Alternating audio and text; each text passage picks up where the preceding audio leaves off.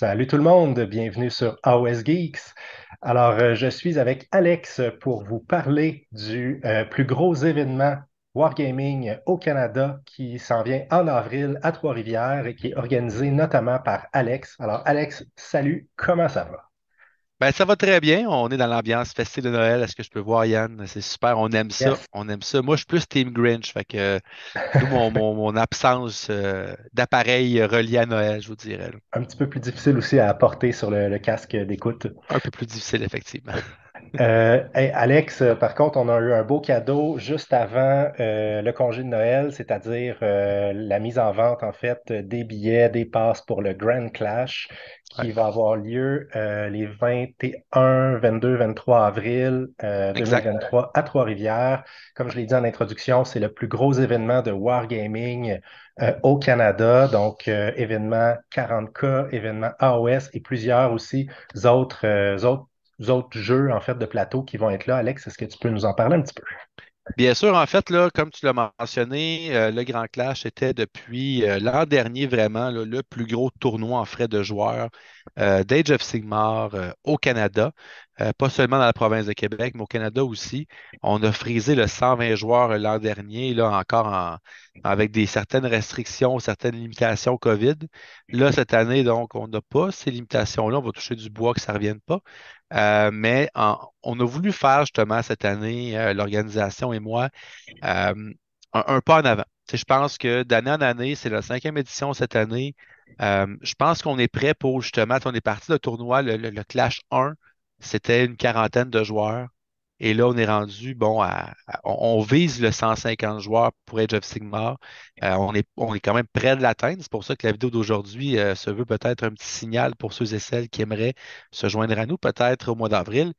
Mais on a décidé de faire un gros pas en avant. L'an dernier, on avait ajouté deux jeux de plus. On avait aussi ajouté un tournoi en double d'Age of Sigmar, auquel nous avions participé, en fait, dans deux équipes différentes.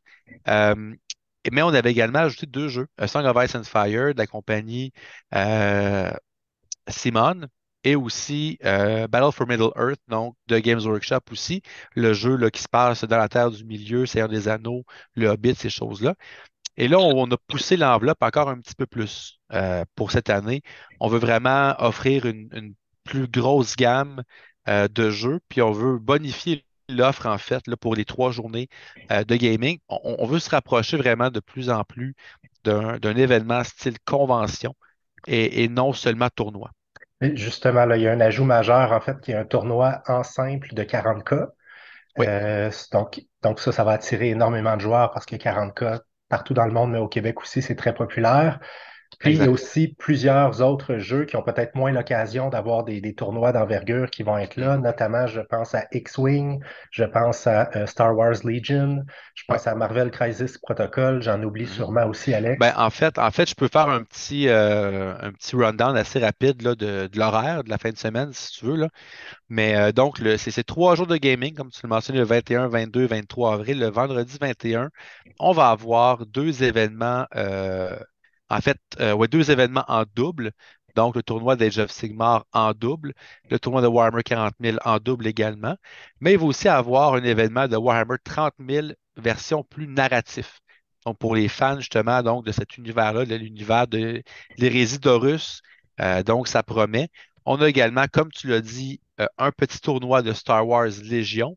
Et il va aussi avoir une démonstration du jeu A Song of Ice and Fire pour ceux qui aimeraient s'y mettre aussi. Et après ça, ben, c'est le week-end. Là, les samedis, dimanches demeurent là, les 2 journées les plus achalandées et les plus pactées, si on veut, en frais d'événement. On a bien sûr le classique, l'événement, le headliner, pour ne pas prendre un anglicisme, c'est le tournoi, donc le GT de Age of Sigmar. Mais comme tu l'as mentionné, on rajoute aussi un GT de Warhammer 40 000 cette année. Il y aura un tournoi également de Song of Ice and Fire. Il y aura un tournoi de War Machine Steamroller. Il y aura également un tournoi du jeu de la compagnie Parabellum Conquest qui s'échelonnera sur 2 jours aussi. Il y aura un tournoi de Middle-earth également pour cette journée-là. Mais en plus, va s'ajouter la suite de l'événement narratif de Warhammer 30 000. Il y aura un tournoi de Star Wars Armada. Il y aura un tournoi de Marvel Crisis Protocol. Et finalement, le samedi, c'est le fameux Fig Expo qui revient pour une troisième année consécutive, qui est une exposition de peinture où tout le monde, en fait, est invité à présenter là, leur création et à se faire juger, en fait, là, donc pour avoir obtenu là, différentes médailles, le bronze, argent ou or. Le Fig Expo, c'est quoi? C'est pas un événement. Puis Danick pourra venir sur la chaîne aussi pour peut-être en parler un peu plus tard. Mais le Fig Expo, en fait, c'est pas un concours de peinture. Oui, il y a des prix qui sont décernés, mais d'abord et avant tout, on est en compétition avec soi-même. Donc, si on a eu une médaille d'argent l'année passée, ben, on veut viser l'or maintenant. Donc, c'est une façon vraiment là, de s'améliorer, de repousser ses limites et de discuter avec des hobbyistes.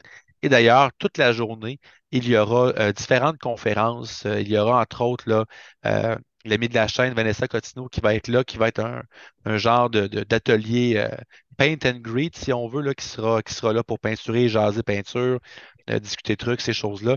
Donc, il va y avoir plein d'activités pour les hobbyistes tout au long de la journée. Et Alex, déjà oui, peut-être, on a beaucoup d'auditeurs européens. oui, Certains pensent peut-être venir participer à cet événement-là. En fait, ça vaut oui. vraiment la peine parce qu'il y a possibilité aussi de bien remplir ces 3 jours puis de participer à plus d'un événement. Donc, par Mhm. exemple, on peut venir jouer un tournoi en double de 40K le samedi, le vendredi, jouer le tournoi de Age of Sigmar Ouais, le dimanche, etc. Les liens, en fait, là, le lien pour la page Facebook de l'événement, le lien aussi pour le site web de l'événement ouais. vont être en description sous la vidéo. Donc, toutes les informations sont là pour pouvoir savoir comment vous inscrire finalement. Super, exactement. Puis, Puis c'est un on beau va. moment. C'est un beau moment aussi, le mois de fin avril, pour venir visiter le Québec. Là. Il fait pas trop froid, donc les températures redeviennent clémentes. Donc, pourquoi pas venir avec votre conjoint ou votre conjointe, puis passer des petites vacances au Québec en même temps. Ben, exactement. Fait qu'on a quand même une belle offre pour vous. On a quand même, là, je pense, beaucoup de jeux. Donc, c'est un gros test.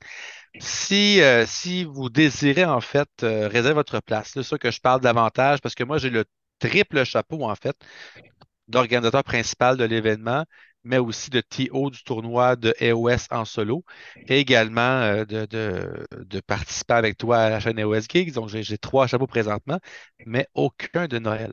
Mais tout ça pour dire que si vous désirez vous inscrire, donc s'il y en a ici qui désirent se procurer un billet, autant pour la convention ou pour quoi que ce soit, euh, je tiens à dire, c'est pas, puis je vais quand même simplifier ça entre autres pour nos amis européens, là, qui eux autres, le principe de e-transfer ne fonctionne pas, du moins, je pense.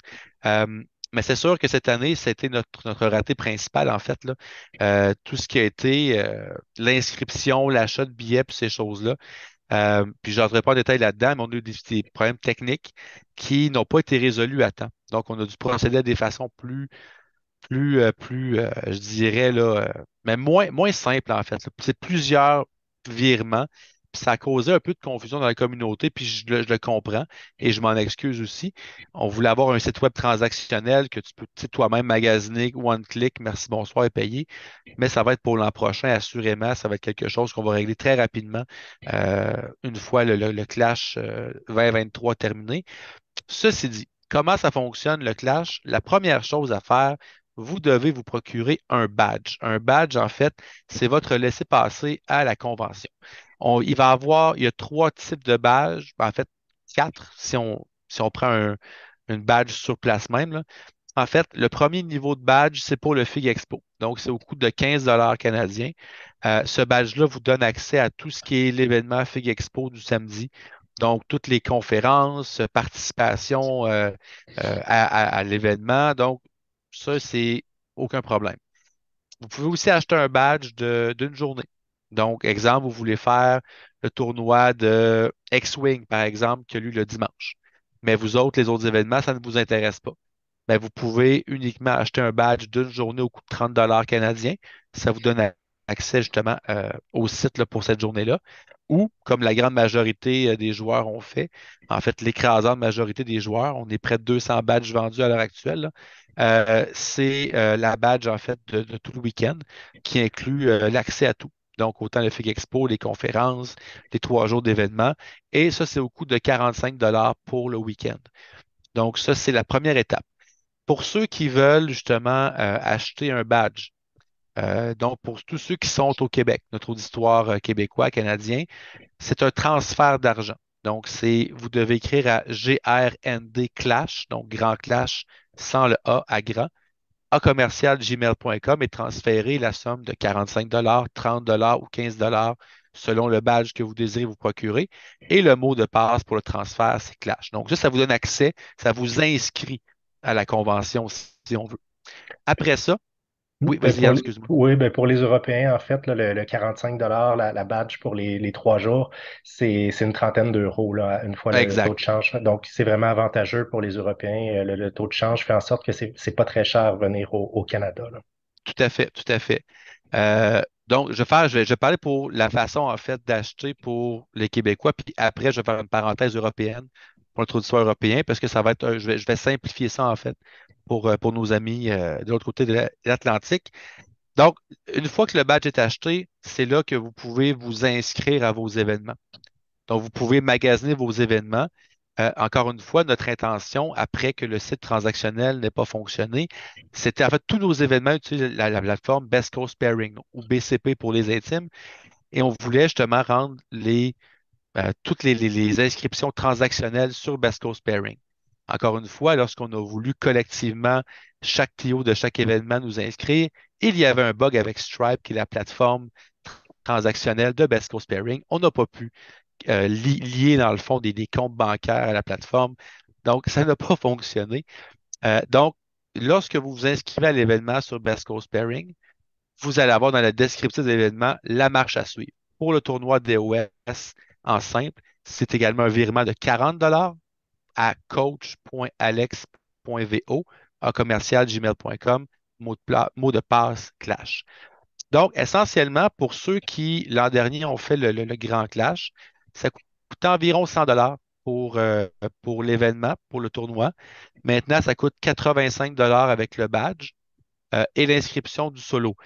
Un peu moins cher, par contre, je vais le préciser, il n'y aura pas de repas le samedi et le dimanche d'inclus. La raison est fort simple, l'inflation. Le prix de la bouffe, le prix du pourboire, le prix de tout ça, du service, ça a explosé par chez nous. Donc, les montants ont vraiment augmenté de façon substantielle. Donc, ce qu'on va avoir une offre de food truck qui vont être présents durant tout le week-end. Donc, ça va faciliter au niveau de l'horaire. On peut manger quand on veut essentiellement. Euh, les frais vont être moins élevés. Puis, s'il y en a qui veulent se commander, se faire de la livraison, s'il y en a qui veulent amener leur lunch, tu sais, fait que ça amène cette liberté-là. Donc, les prix sont moins chers, mais les repas ne sont pas inclus. Donc, ça va comme ça. Puis, s'il y a d'autres événements que vous voulez vous inscrire, c'est la même chose. Vous achetez le badge pour commencer. Après ça, vous suivez les directives sur chaque événement sur Best Coast Pairing, parce que c'est des TO différents qui gèrent chaque événement, bien sûr, là. Donc, voilà. Pourquoi deux virements, en fait, c'est que sur tout ce qui touche les badges, va nous servir à payer tous nos coûts fixes. Location de salle, les médailles, les tables, tout ça, là. Fait qu'on a un pool commun et chaque TO, dans le fond, va utiliser l'argent pour son propre événement. Donc, pour que justement, on n'ait pas un événement qui soit plus populaire puis qui paye pour des événements ou qui offre des prix à d'autres événements. Fait que les joueurs payent pour leur tournoi, mais leur montant ne leur revient pas en prix. Je trouverais ça un petit peu dommage. Fait que si un événement est moins populaire, ben, ces joueurs-là auront peut-être un price pool plus limité.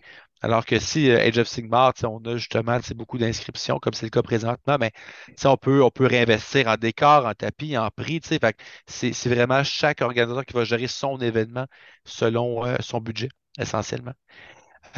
Donc, c'est ça. C'est la procédure à suivre si vous voulez vous inscrire.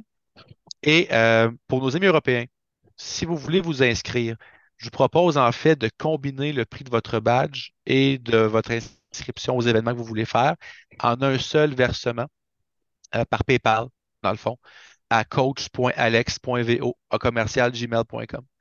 Donc, je sais que pour vous, là, les e-transfers, ça ne fonctionne pas.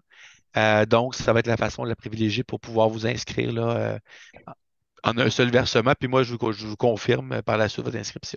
Si Donc, jamais tout ça oui, n'est pas clair, vous pouvez nous écrire directement à oui, AOS Geeks. Alex, moi Vincent, on a accès au message. Alex pourra vous répondre avec plaisir. directement. Donc, n'hésitez pas à nous écrire sur notre page Facebook Messenger ou on va pouvoir vous Ou répondre. même dans le descriptif de la vidéo, dans les commentaires, là, n'hésitez pas aussi, on va pouvoir vous répondre. Fait on sait que c'est pas évident l'an prochain, ça va être voici le site du Grand Clash, on clique là pour acheter des billets, ça va être réglé là. Ça, c'est une note, on s'est pris un petit peu trop tard, on a eu des embûches qu'on n'a pas pu surmonter à temps.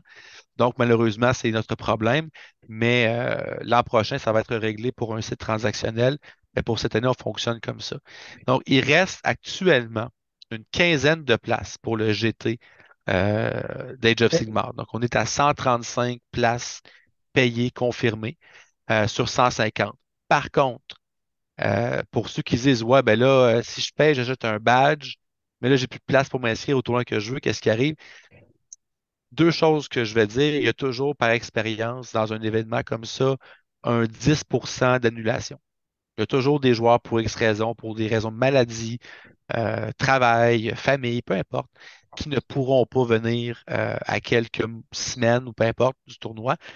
Donc, on prend un 10%, c'est une quinzaine de places à peu près que je m'attends à voir dropper. Et il y a toujours la possibilité aussi qu'on puisse ajouter des places au besoin. Je ne dis pas 20 places, mais tu sais, s'il y a, je- honnêtement, je ne m'attends pas à avoir une liste d'attente, à moins qu'il y ait un mouvement européen, une vague européenne qui déferle vers Trois-Rivières. Ce serait vraiment cool.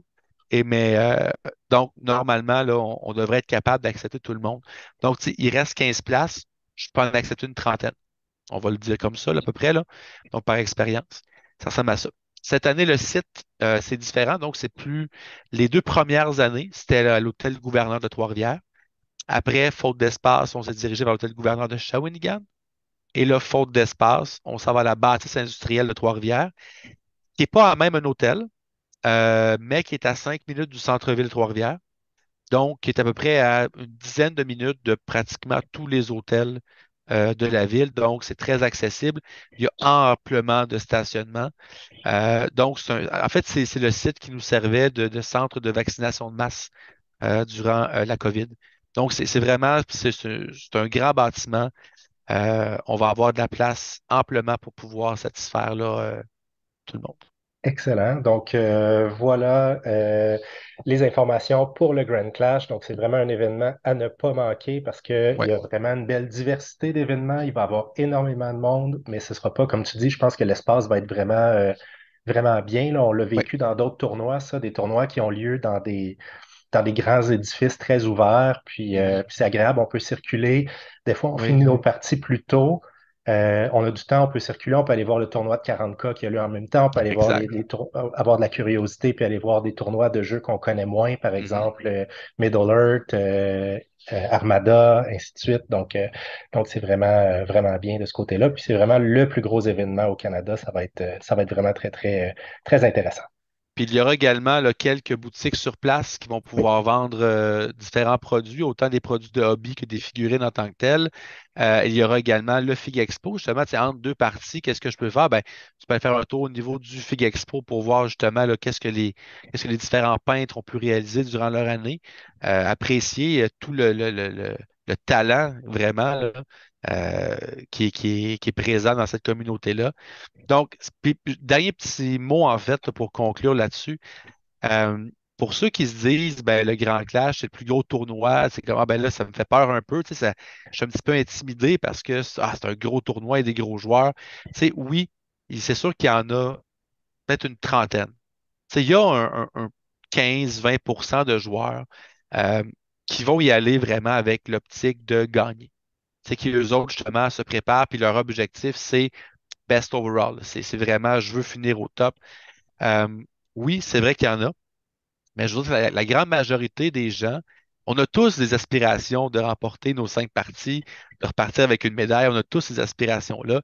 Mais surtout, en fait, c'est que c'est des gens qui viennent pour voir le monde, discuter, parler hobby pendant une fin de semaine complète, partager une passion, voir, puis surtout, tu sais, le nombre de personnes qui préparent leur projet pour le Clash, c'est le Super Bowl d'Age of Sigmar au Québec.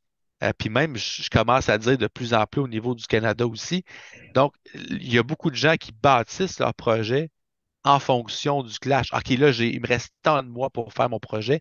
Donc, je pense que juste pour ça, là, oui, il y a le mot tournoi, là, mais c'est vraiment un rassemblement d'une communauté. Oui, puis l'ambiance est vraiment très, très amicale. Ouais, C'est vraiment. Puis d'ailleurs, il y a eu quelques joueurs de France, en fait, qui sont venus l'an dernier ouais, au Clash, puis ça a été un de leurs principaux commentaires. Ils ont été surpris à quel point les gens étaient amicaux, que c'était ouais. facile de entrer en relation, discuter avec différentes personnes qu'on ne connaît pas. Donc, Mhm. vraiment, là, l'ambiance est très, très plaisante autant sur les tables plus basses que les Ben oui, tables compétitives, là. Tout le monde est très gentil, très accessible. exactement. Donc, en espérant vous y voir, donc, quoi que ce soit, des questions, écrivez-nous, soit dans les commentaires, soit sur notre page Facebook par Messenger. Ça va me faire plaisir d'y répondre pour faciliter votre inscription s'il y a lieu. Et sur ce, bon wargaming!